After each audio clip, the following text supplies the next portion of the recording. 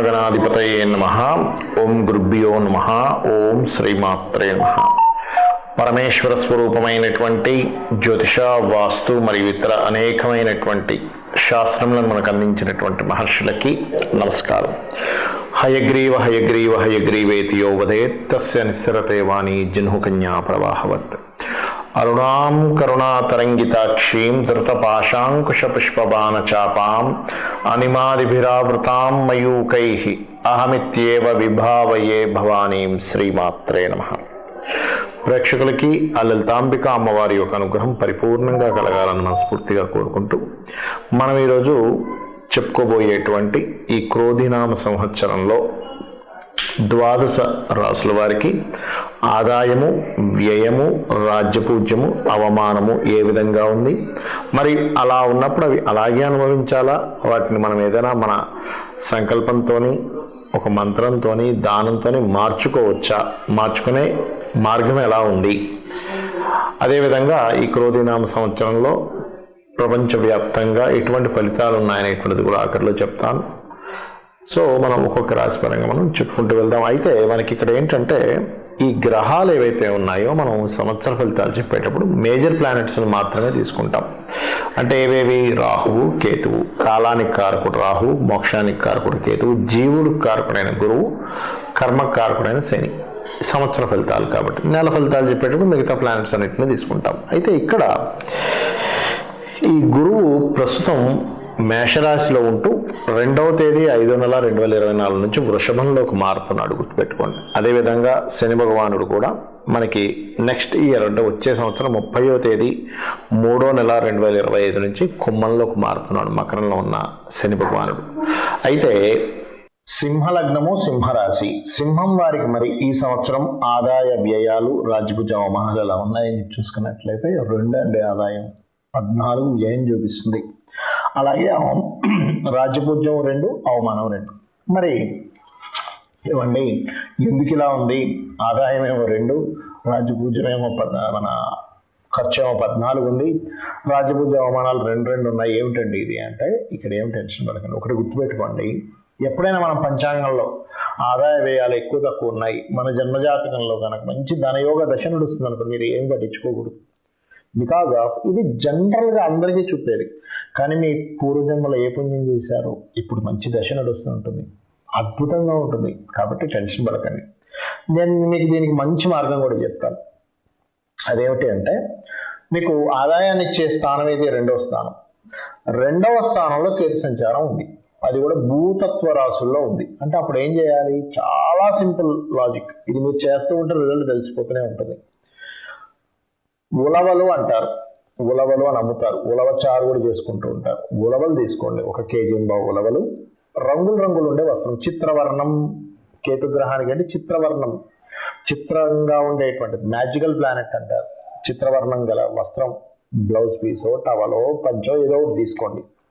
ఈ కేజీ ఉలవలు ఈ 2 కలిపి చక్కగా మీరు మంగళవారం పూట మీకు దగ్గరలో ఆలయంలో ఉండే పురోహితులకి దానంగా ఇవ్వండి. గుర్తుపెట్టుకోండి, ఇది ఇచ్చారా మీరే చూస్తారు.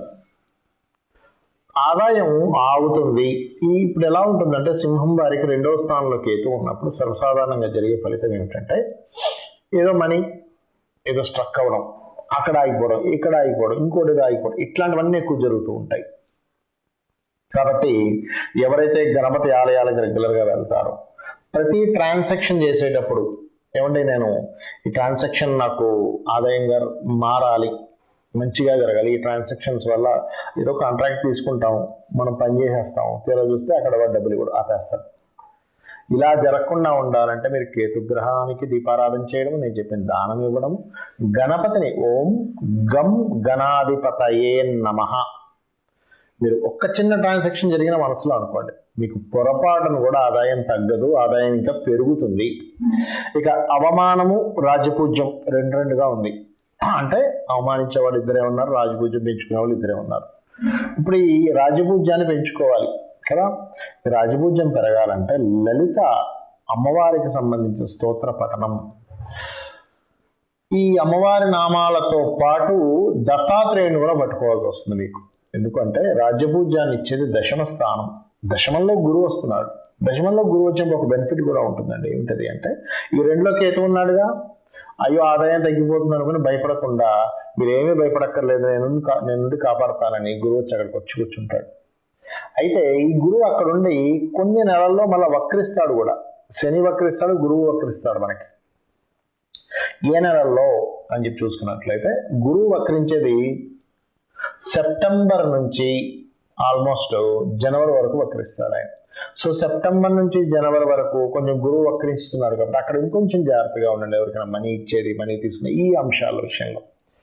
మరి శని భగవాను కూడా వక్రిస్తున్నాడు కదండి, అంటే వక్రిస్తాడు. ఆయన ఎప్పుడు వక్రిస్తాడు అంటే జూన్ నుంచి అక్టోబర్ మధ్యలో వక్రగతి ఉంటుంది.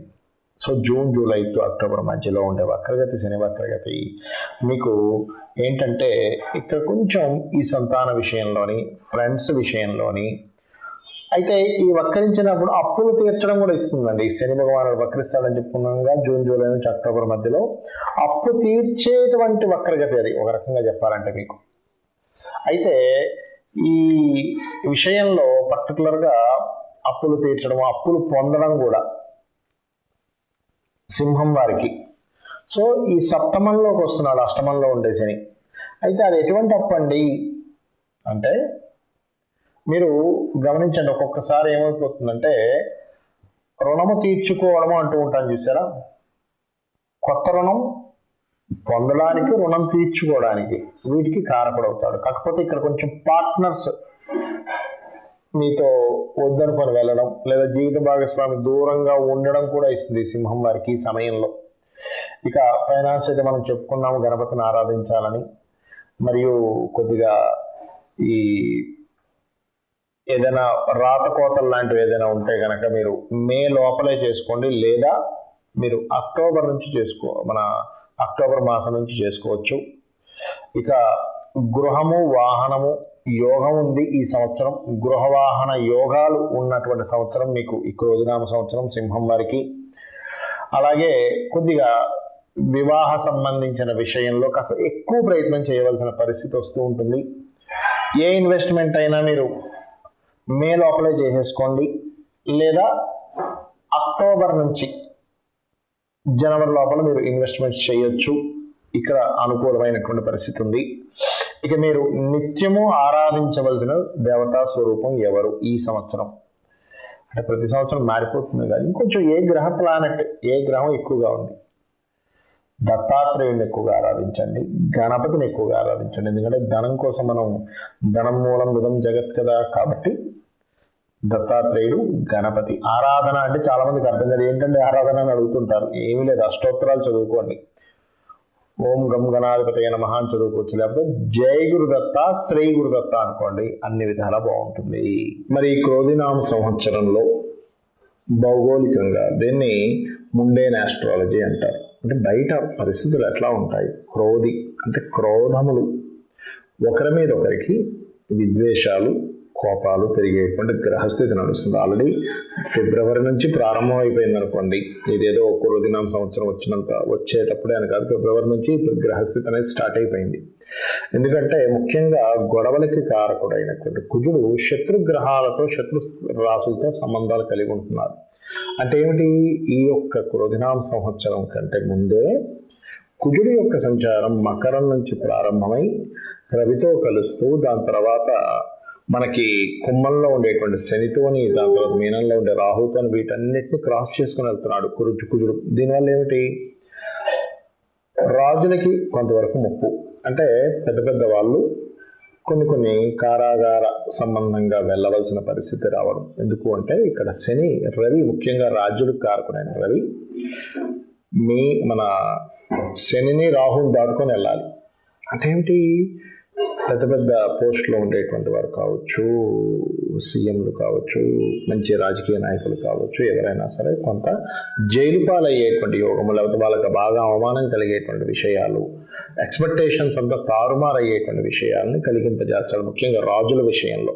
ఒకటి. రెండవది, రాజుల మధ్యన గొడవ, అంటే ఏదైనా కొద్దిపాటి యుద్ధ వాతావరణము.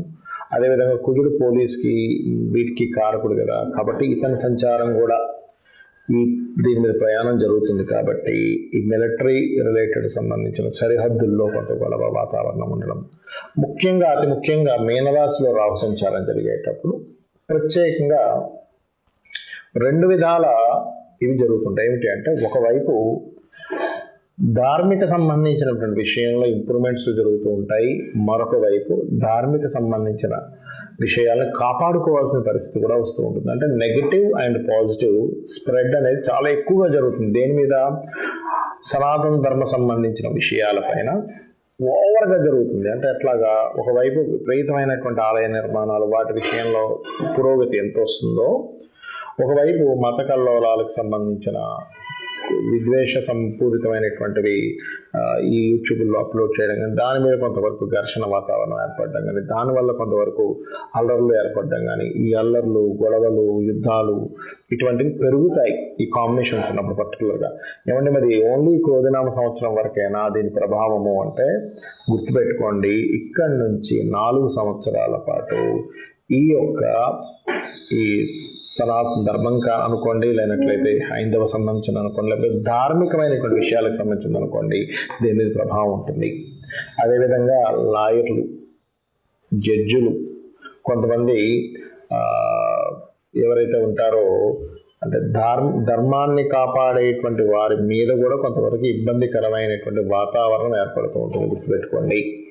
అలాగే మరొక విషయం ఏంటంటే, ఈ కాంబినేషన్స్ మరి దీని నుంచి ఎలా బయటపడాలి సామాన్య ప్రజలు అని చెప్పి చూసుకున్నట్లయితే, ఒకటి గుర్తుపెట్టుకోండి, చండీ పారాయణం. మీరు ఎంత చండీ పారాయణం చేస్తే అంత బాగుంటుంది, గుర్తుపెట్టుకోండి. అలాగే దుర్గా, ఓం దుమ్ దుర్గాయ నమః. ఈ 2 ఎవరైతే ఎక్కువగా పాటిస్తూ ఉంటారో, దీంతో పాటు మీనరాశిలో రాహు యొక్క సంచారం అనేటువంటిది పితృదేవతలకి చేసుకుంటూ ఉండాలి. అంటే పితృదేవతల కోసమని మీరు అమావాస్య వచ్చినప్పుడు స్వయం పాకం ఇవ్వడం గనక చేయగలిగితే అద్భుతమైన ఫలితాలు చూస్తారు. చాలా మంది చూడండి, ఏమంటే నాకు ఏం చేయాలో అర్థం కావట్లేదు, ఎన్ని పూజలు చేసినా ఫలితాలు రావట్లేదు అన్నప్పుడు పితృదేవత అనుగ్రహం అక్కడ లోపించిందని అర్థం. కాబట్టి ఇది కూడా చేయాలి. మరి ఇప్పటి వరకు మనం ఈ క్రోధినామ సంవత్సరం ఆదాయ వ్యయాలు ఇవన్నీ చెప్పుకున్నాం. మరి ఇదేనా అంటే కాదు. మీ జన్మజాతకం ఈజ్ మోస్ట్ ఇంపార్టెంట్, గుర్తుపెట్టుకోండి. మీ జన్మజాతకంలో లగ్నం ఎలా ఉంది, మీరు ఏ సమయంలో, ఏ తారీఖుని, ఏ నెల, ఏ సంవత్సరంలో, ఏ ప్రాంతంలో జన్మించారో దాన్ని బట్టి మీ లగ్నంకు ఉన్న బలాన్ని బట్టి గోచారంలో ఏ ఆదాయ వ్యయాలు వచ్చినా, ఎన్ని అవమానాలు, రాజపూజ్యాలు వచ్చినా, మీ జన్మజాతకం ఈజ్ మోస్ట్ ఇంపార్టెంట్. ఇది మెయిన్గా రూల్ చేస్తుంది, గుర్తుపెట్టుకోండి. ఇక రెండవది ఏంటంటే, మీకు ధనం ఏ మార్గంలో వస్తుంది, మీరు ఏ మార్గంలో ప్రయత్నం చేయాలి, ఏ దిశ మీకు బాగా కలిసి వస్తుంది గృహం నిర్మాణానికి, గృహంలో ఉండడానికి, అది రెంట్ అయినా ఓన్ హౌస్ అయినా, మీరు ఏ విద్యని అభ్యసిస్తే బాగుంటుంది.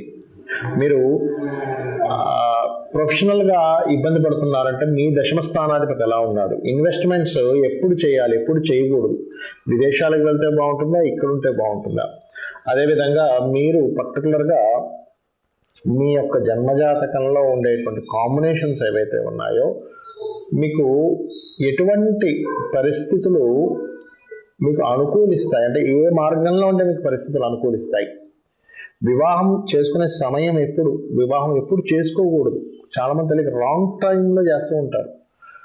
ఇన్వెస్ట్మెంట్స్ కావచ్చు, వివాహం కావచ్చు, ఏదైనా కానీ ఇటువంటివన్నీ కూడా మీ జన్మజాతకంలోనే తెలుస్తాయి. మరి ఇవన్నీ ఎందుకు చెప్పుకుంటున్నామని ఈ గోచార ఫలితాలంటే, ప్రతి మనిషి తన నిర్ణయం వేరు, బయట ఉండే వాతావరణం వేరు.